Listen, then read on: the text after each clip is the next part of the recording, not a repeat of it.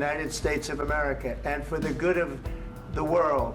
যুক্তরাষ্ট্রের president Donald Trump ইউক্রেনের জন্য সমস্ত সামরিক সহায়তা সাময়িকভাবে বন্ধের ঘোষণা দিয়েছেন। এই সিদ্ধান্ত এসেছে গত সপ্তাহে ওভাল অফিসে ইউক্রেনের প্রেসিডেন্ট ভলোদিমির জেলেনস্কির সঙ্গে এক উত্তপ্ত বৈঠকের পর।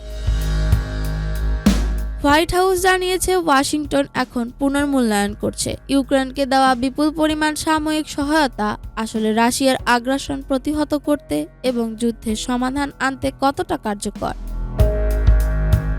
এই ঘোষণার কয়েক ঘন্টা আগে প্রেসিডেন্ট ট্রাম্প অভিযোগ করেছিলেন যে জেলেনস্কি শান্তি চান না যতক্ষণ না তিনি আমেরিকার সমর্থন পাচ্ছেন। বিশ্লেষকরা বলছে এই সিদ্ধান্ত ইউক্রেনের জন্য ভয়াবহ হতে পারে এবং যুদ্ধ পরিস্থিতি আরও জটিল করে তুলতে পারে।